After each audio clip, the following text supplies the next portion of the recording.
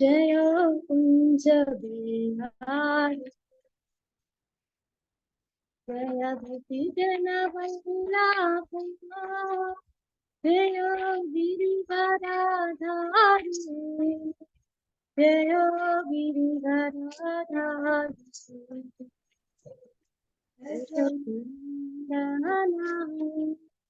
जय ब्रजनरंजन जय यमुनावनचारी जय कुंज बिहारी जय राम जय कुंज बिहारी हरे कृष्ण कृष्ण कृष्ण हरे हरे हरे राम राम राम हरे हरे जय राम राधा माधव जय जय राम जय कृष्ण जय राम कृष्ण राम जय कृष्ण राम जय जगन्नाथ जय जगन्नाथ जय सुभद्रा जय प्रभुपाल प्रभुपाल जय प्रभुपाल।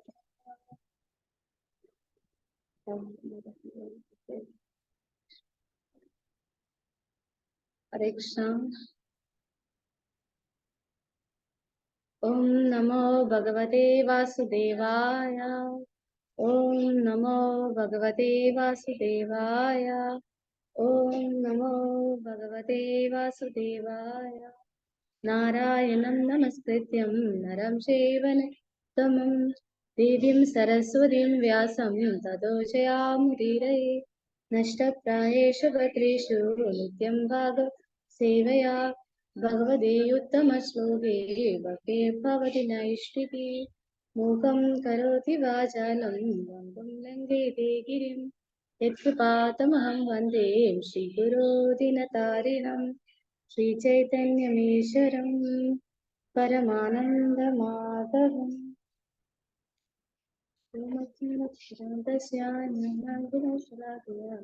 चक्षुरुन्मीलितं येन तस्मै श्रीगुरवे नमः।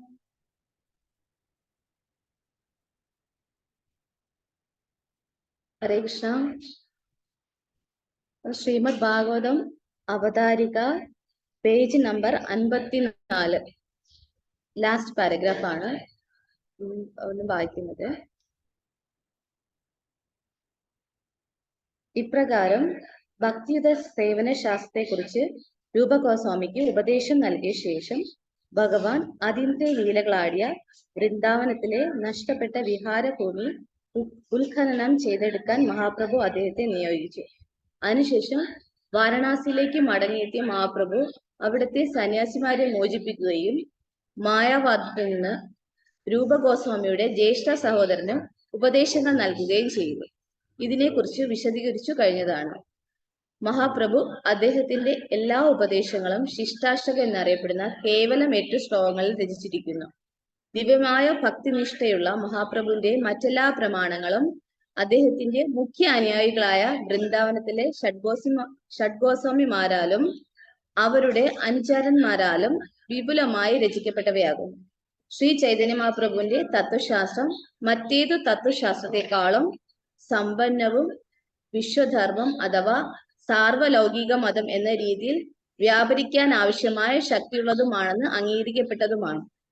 ഭക്തി സിദ്ധാന്ത സരസ്വതി ഗോസ്വാമി മഹാരാജിനെ പോലുള്ള ചില ഊർജ്ജസ്വലരായ സന്യാസിമാരും അദ്ദേഹത്തിന്റെ ശിഷ്യന്മാരും ഈ ശ്രദ്ധാവിഷയം ഏറ്റെടുത്ത എന്ന വസ്തുത വളരെ സന്തോഷപ്രദായകമാണ്.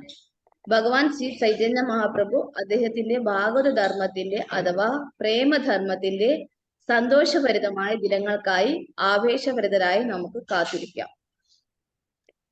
മഹാപ്രഭുവിനാൽ രചിക്കപ്പെട്ട 8 ശ്ലോകങ്ങൾ.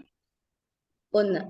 ജനന മരണ പുനരാവർത്തന ബദ്ധ ജീവാഗ്നിയെ നശിപ്പിക്കുന്നതും വർഷങ്ങളായി ഹൃദയത്തിൽ അടിഞ്ഞുകൂടിയ സർവ മാലിന്യങ്ങളെ നിർമ്മാർജ്ജനം ചെയ്യുന്നതുമായ ശ്രീകൃഷ്ണ സങ്കീർത്തനം വിജയിക്കട്ടെ.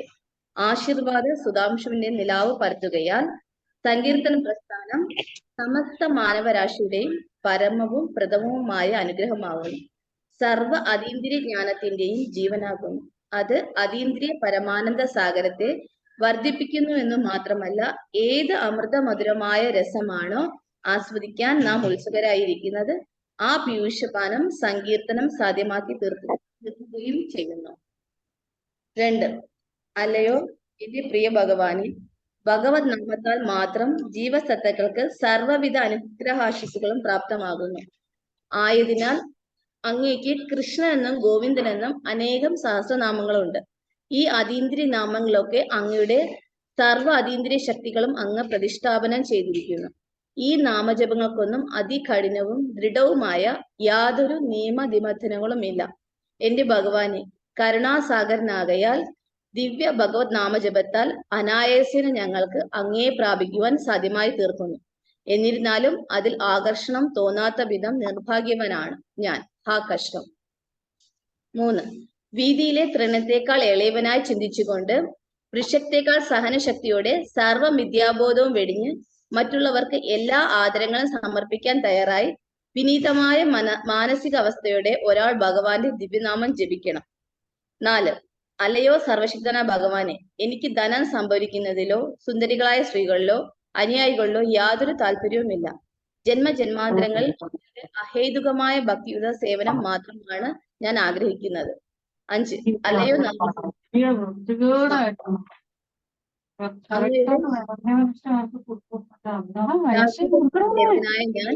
എങ്ങനെയോ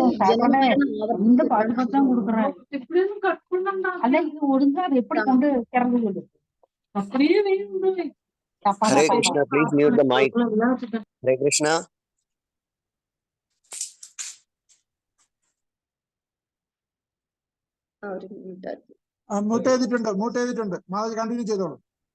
അല്ലയോ സർവശക്തനായ ഭഗവാനെ, എനിക്ക് ധനം സംഭരിക്കുന്നതിലോ സുന്ദരികളായ സ്ത്രീകളിലോ അനുയായികളിലോ യാതൊരു താല്പര്യവുമില്ല.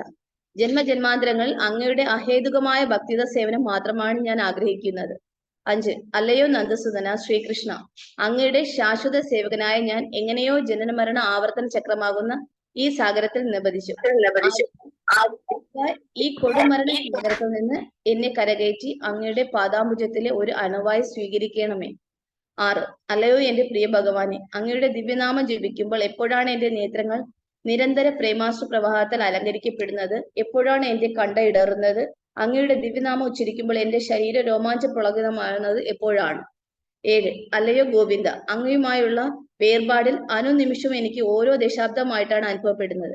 എന്റെ നേത്രങ്ങളിൽ നിന്നും പെരുമഴ പോലെ കണ്ണുനീർ പ്രവഹിക്കുന്നു എന്ന് മാത്രമല്ല, അങ്ങയുടെ അഭാവ നിമിത്തം ഈ പ്രപഞ്ചം തന്നെ ശൂന്യമായി അനുഭവപ്പെടുന്നു. 8. കൃഷ്ണയെ അല്ലാതെ മറ്റാരെയും എന്റെ പ്രഭുവായി എനിക്കറിയില്ല. എത്ര ശുദ്ധമായി എന്നെ അദ്ദേഹം ആശ്ലേഷിച്ചാലും, എന്റെ മുന്നിൽ പ്രത്യക്ഷനാകാതെ എന്റെ ഹൃദയത്തെ ഛിന്നഭിന്നമാക്കിയാലും, എന്റെ മനസ്സിൽ ഭഗവാൻ അതേപടി യാതൊരു ചാഞ്ചല്യമില്ലാതെ അപ്പോഴും നിലനിൽക്കും. എന്തും ഏതും ചെയ്യാൻ തക്ക സർവസ്വതന്ത്രനായ അദ്ദേഹം തന്നെയാണ് എന്റെ നിരുപാധിക നിത്യ ആരാധ്യ പുരുഷൻ. ഹരേ കൃഷ്ണ.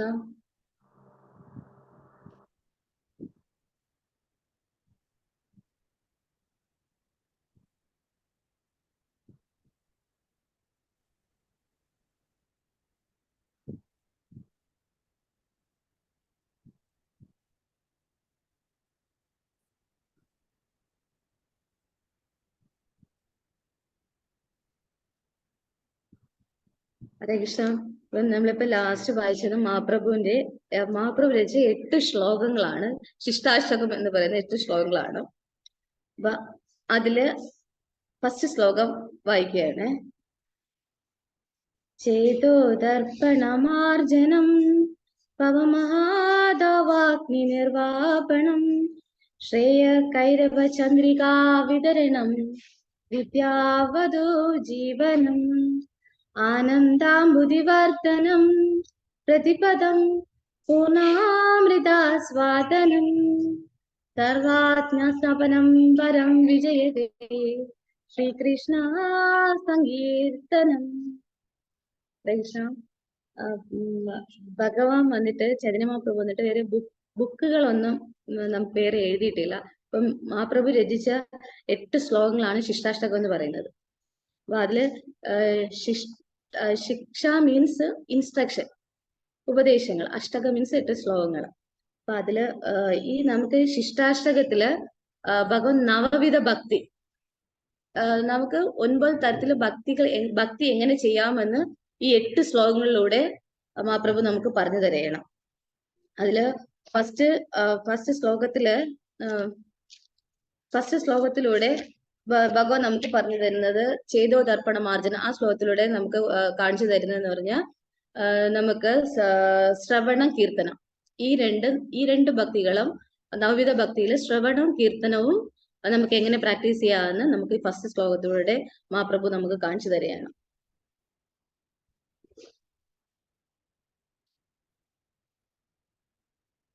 അടുത്ത രണ്ടാമത്തെ ശ്ലോകം. നാം നാമകാരി ബഹുധാ നിജ സർവശക്തി തത്രാപിതാ നിമിത സ്മരണേന കാല ഏതാദൃശീ തവ കൃപാ ഭഗവൻ മമാഭി ദുർദൈവമീദൃശ മിഹാജനീനാനുരാഗ. അപ്പം ഈ നാമകാരി, അപ്പം അതിനകത്ത് ഭഗവാൻ പറയുന്നുണ്ട് ഭഗവാന്റെ നാമത്തിനകത്ത്, ഈ ഭഗവാന്റെ നാമത്തിനകത്ത് തന്നെ എല്ലാം അടങ്ങിയിരിക്കുന്നു എന്ന് പറഞ്ഞിട്ടുണ്ട്. മുഴുവൻ ശക്തിയും, ഭഗവാന്റെ മുഴുവൻ ശക്തിയും ഭഗവാന്റെ ആ നാമത്തിൽ അടങ്ങിയിരിക്കുന്നു പറഞ്ഞിട്ട്. അപ്പൊ ആ രണ്ടാമത്തെ ശ്ലോകത്തിലൂടെ നമുക്ക് നവപത്തില് സ്മരണം, ഭഗവാനെ എങ്ങനെ സ്മരിക്കാമെന്ന് നമുക്ക് ആ രണ്ടാമത്തെ ശ്ലോകത്തിലൂടെ ഭഗവാൻ നമുക്ക് കാണിച്ചു തരുന്നുണ്ട്. അടുത്തത് മൂന്നാമത്തെ ശ്ലോകം.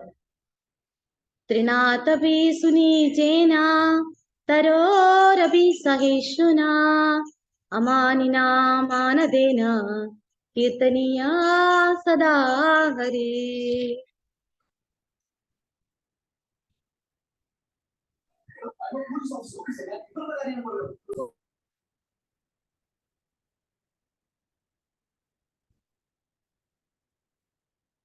അതിനകത്ത് നമുക്ക് ആ ശ്ലോകത്തിനകത്ത് ദാസ്യഭാവത്തെ കുറിച്ചാണ് ഭഗവാൻ നമുക്ക് പറഞ്ഞു തരുന്നത്. മൂന്നാമത്തെ ശ്ലോകത്തിലൂടെ അതായത് നമുക്ക് ഫസ്റ്റ് ശ്ലോകത്തിൽ നമുക്ക് ശ്രവണവും കീർത്തനവും വരുന്നുണ്ട്. ആദ്യത്തെ ശ്ലോകത്തിൽ നമുക്ക് ചെയ്തോ ദർപ്പണം, ആ ശ്ലോകത്തില് നമുക്ക് രണ്ടാമത്തെ ശ്ലോകത്തിനകത്ത് വരുന്നത് സ്മരണമാണ്. അപ്പൊ മൂന്നാമത്തെ ശ്ലോകത്തിൽ നമുക്ക് അതിനകത്ത് വരുന്നത് ദാസ്യഭാവത്തെ കുറിച്ചാണ് ഭഗവാൻ പറയുന്നത് അതിനകത്ത്. അടുത്തത് നാലാമത്തെ ശ്ലോകം. നദനം ന ജനം ന സുന്ദരിം കവിതാം വാ ജഗദീശ കാമയേ മമ ജന്മനി ജന്മനീശ്വരേ ഭഗവത് ഭക്തി രഹേ തൊയ്. അപ്പം ഇതിനകത്ത് ഭഗവാൻ പറഞ്ഞു വെച്ചാൽ നമുക്ക് ധനം സംഭരിക്കുന്നതിലോ സുന്ദരികളായ സ്ത്രീകളിലോ അനുയായികളിലോ ഒന്നും താല്പര്യമില്ല എന്നാണ് പറയുന്നത്. പക്ഷെ നമ്മളൊക്കെ ആഗ്രഹിക്കുന്നത്, നമ്മൾ ഭഗവാന്റെ അടുത്ത് പ്രാർത്ഥിക്കുന്നത് തന്നെ കൂടുതലും നമുക്ക് നല്ല ധനം വരണം, നമുക്ക് എല്ലാ ഐശ്വര്യം ഉണ്ടാവണം എന്നാണ് നമ്മൾ ഭഗവാന്റെ അടുത്ത് നമ്മൾ അങ്ങോട്ട് പ്രാർത്ഥിച്ചുകൊണ്ടിരിക്കുന്നത്. അപ്പം മഹാപ്രഭു ഇവിടെ പറയുന്നത് എന്ന് വെച്ചാൽ ഇതൊന്നും നമുക്ക് വേണ്ട, ഭഗവാന്റെ അഹേതുകമായ ഭക്തി മാത്രം മതി എന്നാണ് നമുക്ക് ഈ ശ്ലോകത്തിലൂടെ മഹാപ്രഭു പറയുന്നത്. അപ്പൊ നമുക്ക് ഇതിനകത്ത് ഭഗവാന് ആ നവവിധ ഭക്തിയിലെ വന്ദനമാണ് ഈ ശ്ലോകത്തിലൂടെ നമുക്ക് പറയുന്നത്. അഞ്ചാമത്തെ ശ്ലോകം. ഐനന്ദ തനുജാ കിങ്കരം പതിതാം വാ വിഷവേ ഭവാംബുദോ കൃപയാ തവ പാദ പങ്കജ സ്ഥിതധൂളീ സദൃശ്യം വിചിന്തയാ.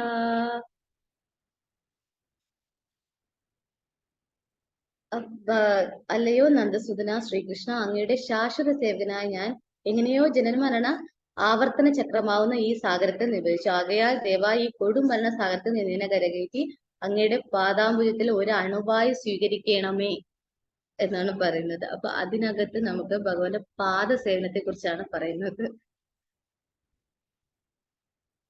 ആറാമത്തെ ശ്ലോകം. നയനങ്ങളതശ്രുധാരയാ വദനം ഗദ്ഗദാരുതയാ പുളകേർനിചിതം വപുകഥാ തവ നാമഗ്രഹേണ ഭവിഷ്യതി. അല്ലയോ എന്റെ പ്രിയ ഭഗവാനെ, അങ്ങയുടെ ദിവ്യനാമം ജപിക്കുമ്പോൾ എപ്പോഴാണ് എന്റെ നേത്രങ്ങൾ പ്രേമാശ്രു പ്രവാഹത്താൽ അലങ്കരിക്കപ്പെടുന്നത്? എപ്പോഴാണ് എന്റെ കണ്ട ഇടറുന്നത്? അങ്ങയുടെ ദിവ്യനാമം ഉച്ചരിക്കുമ്പോൾ എന്റെ ശരീരം രോമാഞ്ച പുളകിതമാകുന്നത് എപ്പോഴാണ്? അപ്പൊ ഇതിലൂടെ ഭഗവാൻ നമുക്ക് സഖ്യരസം, നമ്മൾ നവവിധ ഭക്തിയില് സാഖ്യഭാവമാണ് നമുക്ക് ഈ ശ്ലോകത്തിലൂടെ ഭഗവാൻ നമുക്ക് പറയുന്നത്. അടുത്തത്, യുഗാഹിതം നിമേഷേന ചക്ഷുഷാ പ്രവിശാഹിതം ശൂന്യായുധം ജഗത് സർവം ഗോവിന്ദാവിരഹേ നമേ. അലയോ ഗോവിന്ദ, അങ്ങയുമായുള്ള വേർപാടിൽ അനുനിമിഷം എനിക്ക് ഓരോ ദശാബ്ദമായിട്ടാണ് അനുഭവപ്പെടുന്നത്.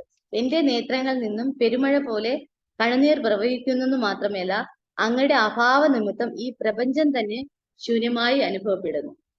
അപ്പൊ അതിനകത്ത് നമുക്ക് അർച്ചന, ഭഗവാനെ അർച്ചന രൂപത്തില് ഭഗവാന് ഈ ശ്ലോകം നമുക്ക് വരുന്നത്. അടുത്തത് 8ാമത്തെ ശ്ലോകം. ആശ്ലിഷ്യ വാ പാത്രതാം പിനഷ്ടു മാം അദർശനായി മർമ്മ കഥാം കരോതു വാ യഥാ തഥാ വാ വിദധാതുലംബടോ മത്പ്രാണനാദസു ഏവ നാപരാ. കൃഷ്ണ അല്ലാതെ മറ്റാരെയും എന്റെ പ്രഭുവായി എനിക്കറിയില്ല.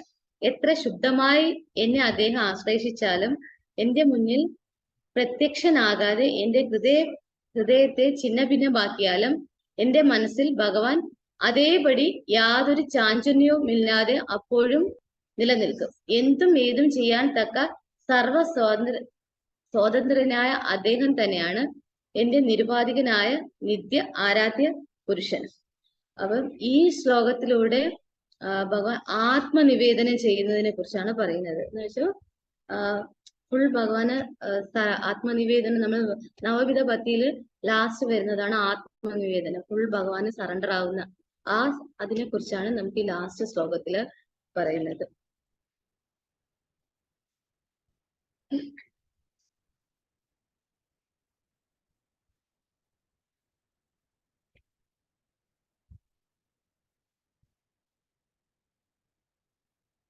അപ്പൊ മഹാപ്രഭു ഈ 8 ശ്ലോകത്തിലൂടെ നമുക്ക് നവവിധ ഭക്തി എങ്ങനെ ചെയ്യണമെന്ന് നല്ല രീതിയിൽ പറഞ്ഞു തരുന്നുണ്ട്.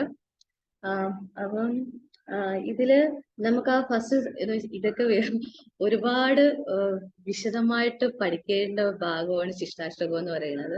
അത്രയും ഇമ്പോർട്ടന്റ്. മഹാപ്രഭു വേറെ വേറെ പുസ്തകങ്ങളൊന്നും മഹാപ്രഭു എഴുതിയിട്ടില്ല. അപ്പം ഇതിനകത്ത് നവവിധ ഈ 8 ശ്ലോകത്തിലൂടെ തന്നെ ഒരു ഭക്തന് എങ്ങനെ ഭഗവാനെ സറണ്ടർ ചെയ്യാം എന്ന് ഈ വെറും 8 ശ്ലോകത്തിലൂടെയാണ് മഹാപ്രഭു നമുക്ക് കാണിച്ചു തരുന്നത്.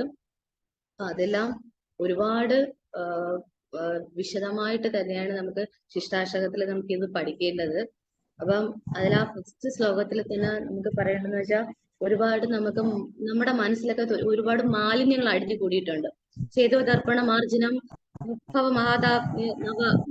മഹാദാവാക്കി നിർവാഹണം. അപ്പൊ നമ്മളെ മൈൻഡിൽ തന്നെ ഒത്തിരി അഴുക്കുകൾ അടിഞ്ഞു കൂടിയിട്ടുണ്ട്. അപ്പൊ അത് നമ്മുടെ ജീവിത സാഹചര്യങ്ങൾ കൊണ്ട് ഒത്തിരി നമ്മളെ മനസ്സ് അഴുക്ക് നിറഞ്ഞു കിടക്കുകയാണ്. അപ്പൊ എങ്ങനെ നമുക്ക് ആ അഴുക്ക് നിർമാർജനം ചെയ്യാനാണ് മഹാപ്രഭു ആ ഫസ്റ്റ് ശ്ലോകത്തിലൂടെ പറഞ്ഞിരിക്കുന്നത്. അപ്പൊ അതിന്റെ ഒരു സൊല്യൂഷൻ ആണ് ഹരിനാമ ജപം.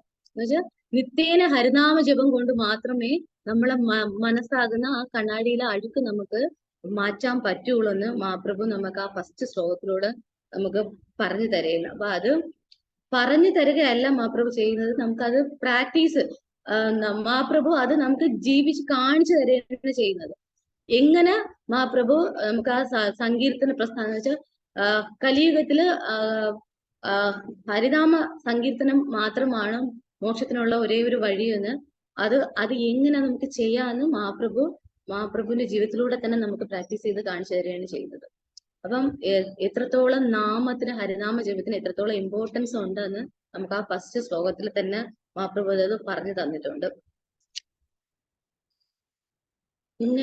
പിന്നെയുള്ള ബാക്കി നമുക്ക് ഈ 8 ശ്ലോകങ്ങളിലും ഭഗവാനെ നമുക്ക് എങ്ങനെ സറണ്ടർ ചെയ്യാം. വെച്ചാൽ നമ്മുടെ എല്ലാ പേരും ഭൗതിക ലോകത്ത് ജീവിക്കുന്ന, അപ്പൊ ഒത്തിരിയും ഭൗതിക ആഗ്രഹങ്ങളും ഇതെല്ലാം ഉള്ള ആൾക്കാരാണ് നമ്മളെല്ലാവരും.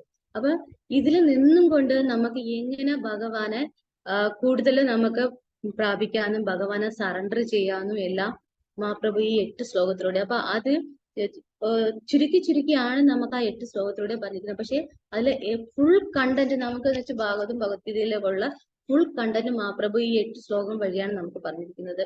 അപ്പൊ ഇതെല്ലാം വലുതായിട്ട് എടുക്കേണ്ട ക്ലാസ്സുകളാണ്. അപ്പൊ ഇതിൽ ഞാൻ ചുരുക്കിയാണ് പറഞ്ഞിരിക്കുന്നത് വെച്ചാൽ ഒത്തിരിയും ഭക്തന്മാരെല്ലാം ഇത് മാത്രം തന്നെ 1-2 മണിക്കൂർ ക്ലാസ്സുകൾ എടുക്കുന്നുണ്ട് ശിഷ്ടാഷ്ടകത്തിനെ കുറിച്ച് തന്നെ.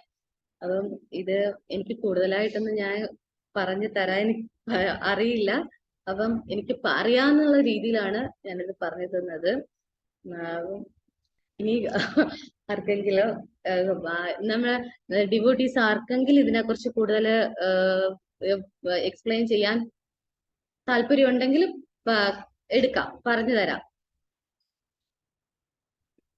ഹരേ കൃഷ്ണ.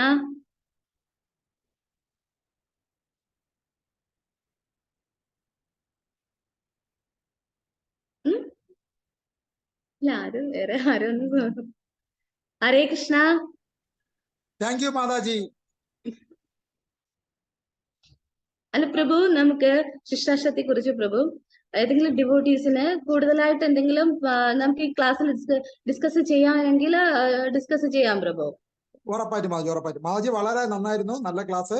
മാതാജിയുടെ ആദ്യത്തെ ക്ലാസ് ആയതുകൊണ്ട് ചെറിയൊരു ടെൻഷൻ മാതാജിക്കുണ്ട്. പക്ഷെ വളരെ നന്നായിരുന്നു. സന്തോഷത്തോടു കൂടി മാതാജി മുന്നോട്ട് വന്നതിൽ വളരെ സന്തോഷം. നല്ല ക്ലാസ്. നമ്മൾ എത്രത്തോളം വിസ്തരിച്ച് പറയുന്നു എന്നുള്ളതല്ല, നമ്മൾ എത്രത്തോളം ആത്മാർത്ഥമായിട്ട് പറയുന്നു എന്നുള്ളതാണ് കാര്യം. മാതാജി അത് ചെയ്തു. നിറഞ്ഞ സന്തോഷം മാതാജി. ഇനിയും കണ്ടിന്യൂസ് ക്ലാസ് എടുക്കുമ്പോൾ ഈ ടെൻഷനൊക്കെ അങ്ങ് മാറും. നന്നായിരുന്നു, നല്ല ക്ലാസ്. Thank you Mataji. എല്ലാ ശനിയാഴ്ചയും മാതാജി ക്ലാസ് എടുക്കുക. എല്ലാ ഭക്തന്മാരും മുന്നോട്ട് വരേണ്ടതാണ്. ദീക്ഷ എടുത്ത എല്ലാ പ്രഭുക്കന്മാരും മാതാജീസും നിർബന്ധമായിട്ടും ശ്രീമദ് ഭാഗവതം ക്ലാസ് നമ്മൾ കുറച്ചുകൂടെ ക്ലാസ് നമുക്ക് ആ ഒരു ക്ലാസ് മൂഡിൽ വരുന്ന സമയത്ത് നമുക്ക് ക്ലാസ് എടുക്കാന്നുള്ള ഒരു മൂഡിൽ വരുമ്പോൾ കുറച്ചുകൂടെ നമുക്ക് അത് പ്രിപ്പയർ ചെയ്യാനുള്ള ഒരു ഇതും നമുക്ക് തോന്നും. കുറച്ചുകൂടെ വായിക്കാനും നമുക്ക് അതിനെക്കുറിച്ച് നമുക്ക് ഡീറ്റെയിൽ ആയിട്ട് പറഞ്ഞു തരാനും നമുക്ക് റെഫർ ചെയ്യാനൊക്കെ ഉള്ള ഒരു മൂഡ് വരും. നമ്മൾ ബാക്കിയൊക്കെ നമ്മൾ കേൾവിക്കാരായിട്ട് മാത്രമേ ഇരിക്കുന്നത്. ഇപ്പം നമുക്ക് ആ ക്ലാസ് എടുക്കുക, നമുക്ക് ആ ഉത്തരവാദിത്തം വരുന്ന ഒരു സമയത്ത് കുറച്ചുകൂടെ നമുക്കത് വായിക്കണമെന്നും എവിടെ നിന്നൊക്കെ നമുക്ക് ആ പോയിന്റുകൾ ശേഖരിക്കാന്നൊക്കെ ഉള്ള ഒരു മൂഡ് നമുക്ക് വരും. അപ്പൊ ഇത് പ്രഭു എനിക്ക് കൂടുതലായിട്ടൊന്നും ഞാൻ ഇതായി പോയില്ല, നമ്മൾ റെഫർ ചെയ്യാൻ ഞാൻ പോയിട്ടില്ലായിരുന്നു. അപ്പൊ അതിന്റെ ഒരു ബുദ്ധിമുട്ടുണ്ട് പ്രഭു. ശിഷ്ടാഷ്ടകം എല്ലാം പ്രഭു നല്ല വിശദമായിട്ടാണ് പ്രഭു ഓരോ ഡിവോട്ടീസും മഹാരാജുമാരും ഒക്കെ ക്ലാസ് എടുത്തിരിക്കുന്നത്. അപ്പം അതൊരു കുറച്ച് നമുക്ക് യൂട്യൂബിലൊക്കെ നോക്കിയപ്പോൾ തന്നെ ഇംഗ്ലീഷ് ക്ലാസ് ആയതുകൊണ്ടാണ് കൂടുതലും എനിക്ക് ഡീറ്റെയിൽ ആയിട്ട് അതൊന്നും നോക്കാൻ പറ്റാത്തത്. പറ്റുന്ന കുറച്ച് കാര്യങ്ങൾ മാത്രമാണ് ഞാൻ അതിനകത്ത് നോക്കിയത്. അപ്പൊ ഒരുപാട് പ്രഭു, ഒരുപാട് മഹാരാജുമാരും ഡിവോട്ടീസ് എല്ലാം ശിഷ്ടാഷ്ടത്തെ കുറിച്ച് ഒരുപാട് നല്ല ക്ലാസ്സുകൾ എടുത്തിട്ടുണ്ട്.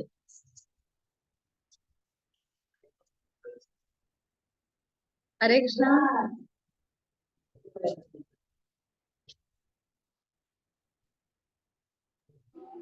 हरे कृष्णा. अर्चना सिद्धि माताजी की जय.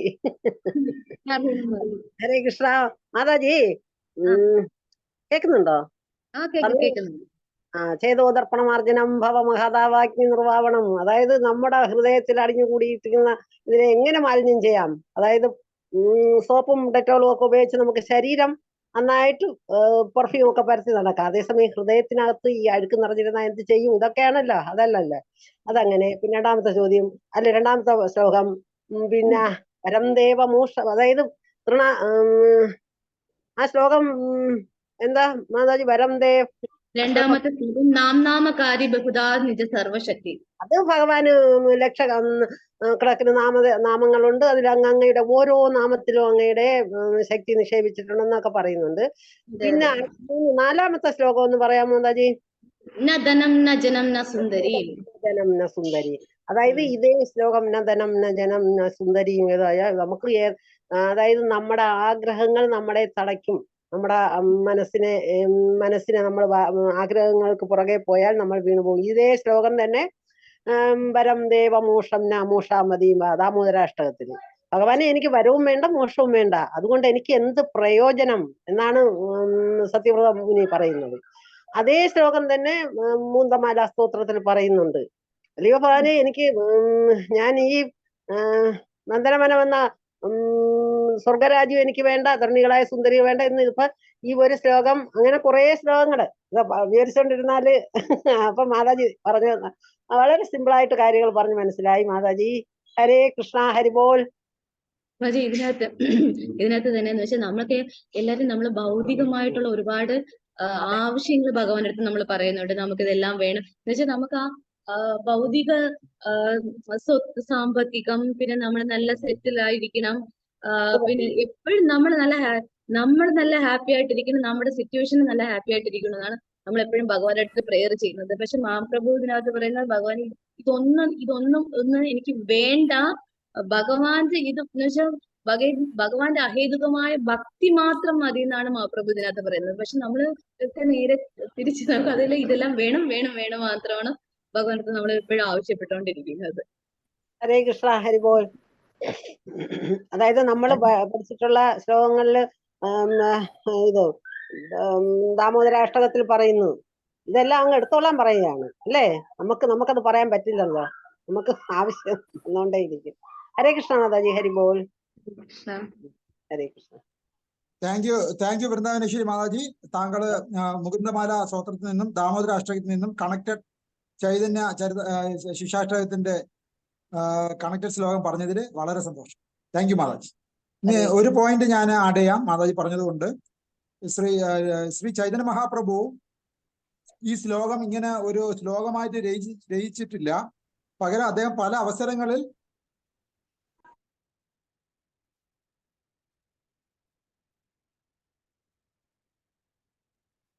അത് രൂപഗോസ്വാമി പറഞ്ഞതിന്റെ മാർഗനിർദ്ദേശത്തിന്റെ അടിസ്ഥാനത്തിലാണ് അദ്ദേഹം അത് ചെയ്തത്. അപ്പൊ രൂപഗോസ്വാമിയാണ് ഇതിനെ അടുക്കും ചിട്ടയോട് ആക്കിയത്. കൃഷ്ണരാജ കവിരാജ ഗോസ്വാമി ചൈതന്യ ചരിതാമൃതം എഴുതിയപ്പോ അത് അന്ത്യലീല എന്നുള്ള ആ ഭാഗത്ത് 20ാമത്തെ ചാപ്റ്ററിലെ 12, 16, 21, 29, 32, 36, 39 പിന്നെ 47 എന്നുള്ള ശ്ലോകങ്ങളായിട്ട് ഈ ചൈതന്യ ശിക്ഷാഷ്ടകത്തിനെ വർണ്ണിക്കുകയാണ് ചെയ്തിരിക്കുന്നത്. അപ്പൊ ചൈതന്യ മഹാപ്രഭു അടിക്ക് ഒരു 8 ശ്ലോകം ഒരുമിച്ച് തന്നിട്ടില്ല. വ്യത്യസ്ത സാഹചര്യങ്ങളിൽ അദ്ദേഹം പറഞ്ഞ ടീച്ചിങ്സിനെ രൂപഗോസ്വാമി അതിനെ അടുക്കും ചിട്ടയോടുകൂടി ആക്കുകയും ആ ഭാഗത്തിന് ആ വിഷയങ്ങളെ കൃഷ്ണദാസ കവിരാജ ഗോസ്വാമി ചൈതന്യ ചരിതാമൃതം എഴുതിയപ്പോ അന്ത്യലീല ചാപ്റ്റർ 20 ഞാൻ ഈ പറഞ്ഞ ശ്ലോകങ്ങളായി അതിനെ അടുക്കും ചിട്ടയോടുകൂടി ആക്കിയെടുക്കുകയുമാണ് ചെയ്തത്. തീർച്ചയായിട്ടും നമ്മുടെ അർച്ചന മാതാജി പറഞ്ഞതുപോലെ വലിയ വലിയ ഭക്തന്മാര് ഈ ശിക്ഷാഷ്ടകത്തിനെ 8 ശ്ലോകങ്ങളെ 8 ക്ലാസ്സുകളായി 1.5-2 മണിക്കൂർ വെച്ച് ഓരോ ക്ലാസ്സുമായിട്ട് എടുത്തിട്ടുണ്ട്. നമ്മൾ അതിവിശാലമായിട്ട് ചർച്ച ചെയ്യപ്പെടാവുന്ന ബ്രഹ്മമധ്വഗോടീയ വൈഷ്ണവ സമ്പ്രദായത്തിന്റെ മൊത്തം ഫിലോസഫിയും അചിന്ത്യഭേദ അഭേദ തത്വവും നവവിധ ഭക്തി പ്രക്രിയകളും ഒക്കെ ഈ 8 ശ്ലോകത്തിൽ അന്തർലീനീയമാണ്. അപ്പോൾ ഇതിനെ ഓരോ വ്യത്യസ്ത കോണോടുകൂടി ഓരോ ശ്ലോകത്തിനെയും നമുക്ക് വ്യത്യസ്ത രീതിയിൽ ചർച്ച ചെയ്ത് രസകരമാക്കി തീർക്കാവുന്ന വലിയൊരു ഭാഗമാണ് നമ്മൾ ഇന്ന് ചർച്ച ചെയ്യപ്പെട്ടത് ഒറ്റ ക്ലാസ് കൊണ്ട്. നമുക്ക് ഒരു ഓവറാൾ ഡിസ്കഷൻ ചെയ്ത് പോകാനുള്ള സമയമേ ഉള്ളൂ. കാരണം നമുക്കൊരു 18,000 ശ്ലോകം തീർക്കാനുണ്ട്. അപ്പോൾ അടുത്തത് നമ്മൾ ചൈതന്യ ചരിതാമൃതം, നമ്മൾ ഭാഗവതം കഴിഞ്ഞ് ചൈതന്യ ചരിതാമൃതം തുടങ്ങുമ്പോൾ അല്ലെങ്കിൽ മറ്റൊരു സമയം നമ്മൾ ചൈതന്യ ചരിതാമൃതത്തിന് വേണ്ടി മാറ്റിവെക്കുമ്പോൾ നമുക്കിത് വളരെ വിശാലമായി ചർച്ച ചെയ്യാം. നാളെ മുതൽ നമ്മൾ ശ്രീമദ് ഭാഗവതത്തിലെ 1:1:1 സ്റ്റാർട്ട് ചെയ്യുകയാണ്. വളരെ സന്തോഷം. താങ്ക് യു അർച്ചന മാതാജി, വളരെ നന്ദി, വളരെ സന്തോഷം. Thank U.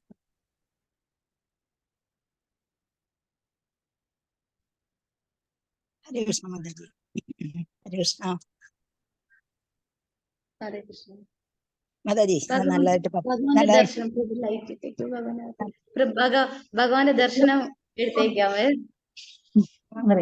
Thank you Mataji, നന്നായിരുന്നു ക്ലാസ്.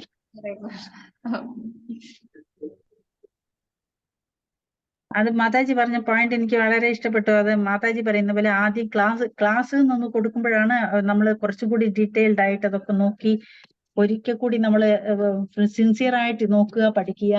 പോയിന്റ്സ് എഴുതി വെക്കുക, അല്ലെങ്കിൽ നമ്മൾ വെറുതെ ഇങ്ങനെ ഒരു പറയുന്ന പോലെ ഇങ്ങനെ ശ്രവിച്ചുകൊണ്ടേയിരിക്കുള്ളൂ. അത് ശരിയാണ് മാതാജി. ഹരേ അതെ. കൃഷ്ണ. ഹരേ കൃഷ്ണ. നന്നായി മാതാജി, നല്ലതായിട്ട്. ഭഗവാൻ കൃഷ്ണ.